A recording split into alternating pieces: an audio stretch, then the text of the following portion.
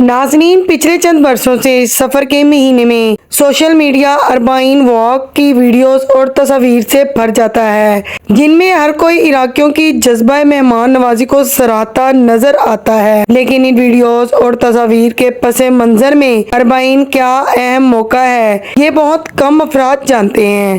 ناظرین، دراصل یہ ایک 80 کلومیٹر کی طویل سڑک ہے جو دو عراقی شہر نجف اور کربلا کو ملاتی ہے، اور نہ کہ شیعہ مسلمانوں کے لیے بلکہ ہر مذہب کے لوگوں کے لیے بہت مقدس سمجھی جاتی ہے۔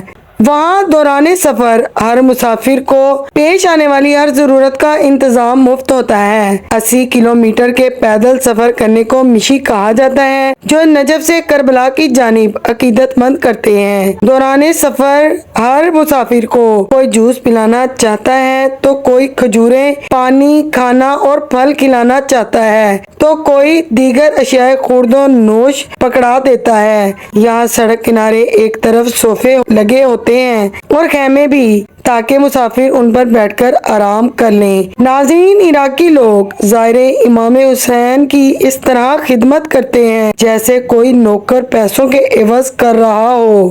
وہ ان کی باقاعدہ مالش کرتے ہیں اور پیدل سفر کرنے سے جو تھک جاتا ہے اس کے پاؤں بھی دباتے ہیں۔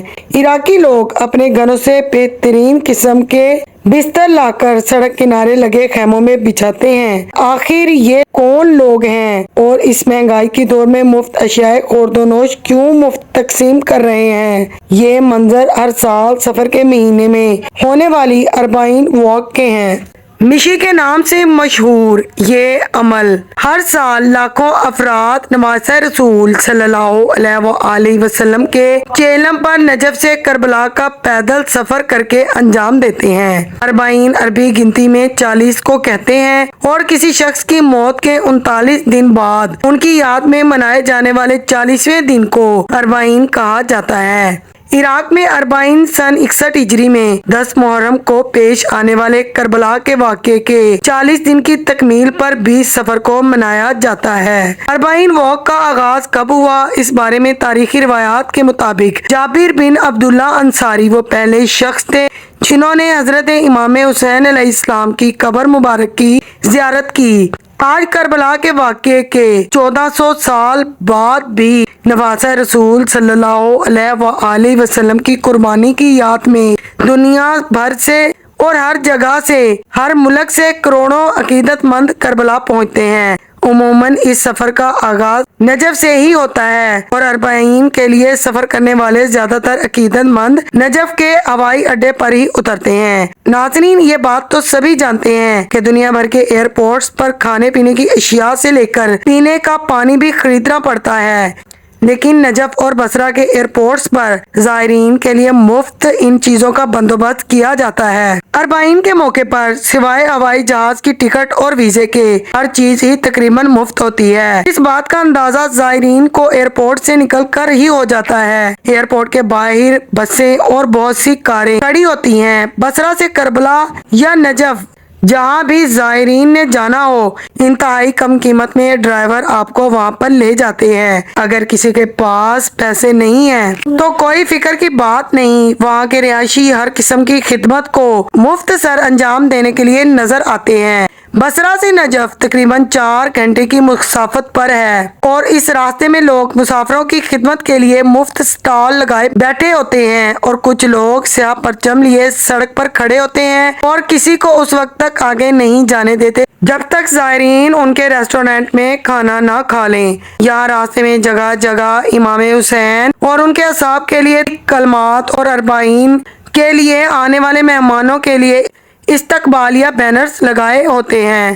ہر سال حضرت امام حسین علیہ السلام کے چہلم کے موقع پر نجف سے کربلا کا رخ کرنے والوں کی تعداد تقریباً 5 کروڑ سے زیادہ بتائی جاتی ہے۔ نجف سے کربلا کا فاصلہ تقریباً 80 کلومیٹر ہے۔ نجف سے کربلا کو جانے والی سڑک کو کربلا کے نام سے پکارا جاتا ہے۔ اربعین کے لیے آنے والے زیادہ تر افراد اسی سڑک پر مشی یعنی پیدل چل کر کربلا پہنچتے ہیں۔ اب یہ ہر ایک زائر کی قوت، محنت اور حوصلے پر منحصر ہے کہ وہ روزانہ کتنا چلتے ہیں۔ عام طور پر نجف سے کربلا مشی کرنے والے افراد 3 سے 4 دن میں یہ سفر طے کر لیتے ہیں۔ اگر آپ پہلی بار 40 واک میں شرکت کر رہے ہیں تو اپنے بیگ میں دنیا بھر کے لوازمات بھر کر مت لے جائیں، کیونکہ یہاں سب کچھ مفت ملتا ہے۔ جگہ جگہ عراقیوں نے اپنے خاندانی ناموں کے ساتھ موقف لگا رکھے ہیں، انہیں توم و قیام کی جگہ بھی کہا جا سکتا ہے۔ یہاں آپ نماز پڑھ سکتے ہیں، دوران سفر اپنی تھکاوٹ کو دور کر سکتے ہیں۔ یہاں وائی فائی اور دنیا بھر کے گرما گرم کھانے سے لے کر پیر دبوانے سے لے کر آپ کے گندے کپڑے دھلوانے تک کی سہولت میسر ہوتی ہے۔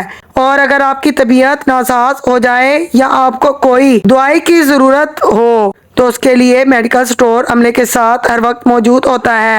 عراقی نہ صرف 40 کو بلکہ اس کے لیے آنے والوں کی خدمت کو بھی عبادت سمجھتے ہیں، اس لیے وہ امام حسین کے ظاہر کی خدمت میں کوئی کسر نہیں چھوڑتے۔ عراقی لوگ اس عمل میں خاص طور پر بچوں کو اس لیے شامل کرتے ہیں تاکہ زائرین کی خدمت کا عمل نسل در نسل جاری رہے۔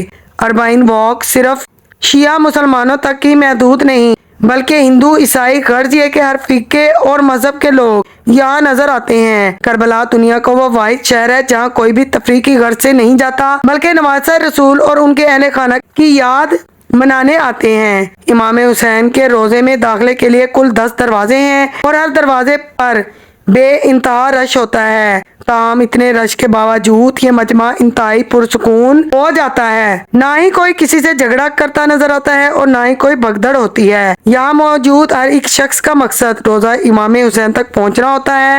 روضہ امام حسین کی زیارت کرنے کے لیے 2 سے 3 گھنٹے لگتے ہیں، مگر ہر شخص روضے تک ضرور پہنچتا ہے۔ زائرین ایک طرف سے آتے ہیں، روضے کو چھوتے ہیں اور سیدھے باہر نکلتے ہیں۔ بھی سفر کا دن بہت اہم ہے کیونکہ ہر شخص اس دن کے لیے راستے کی تکلیف برداشت کر کے یہاں پہنچتا ہے۔ نواسہ رسول کے روضے اور ارد گرد کی گلیوں میں عام افراد کی زبان پر ایک ہی ورد جاری ہوتا ہے، لبیک یا حسین، لبیک یا حسین۔ 1400 سال پہلے اسلام کے لیے جان دینے والوں کی قربانی میں کیا طاقت ہے کہ دنیا بھر کے کونے کونے سے کروڑوں افراد ان کا غم منانے اور ان کی قربانی کی یاد تازہ کرنے کربلا کی طرف کھینچے چلے آتے ہیں۔ ایسا محسوس ہوتا ہے کہ ہر شخص کا امام حسین علیہ السلام سے ایک انفرادی تعلق ہے جسے کوئی دوسرا سمجھ ہی نہیں سکتا۔ وہ جذبہ ہے جو دنیا بھر کے لوگوں کو کربلا لے آتا ہے اور عراقیوں کے خاندان در خاندان اس خدمت کو عبادت سمجھتے ہیں۔ ناظرین، امید کرتی ہوں آج کی ویڈیو کو ضرور پسند آئی ہوگی۔ ویڈیو اچھی لگے تو پلیز ویڈیو کو لائک کر کے چینل کو سبسکرائب کر دیجیے۔ اللہ حافظ۔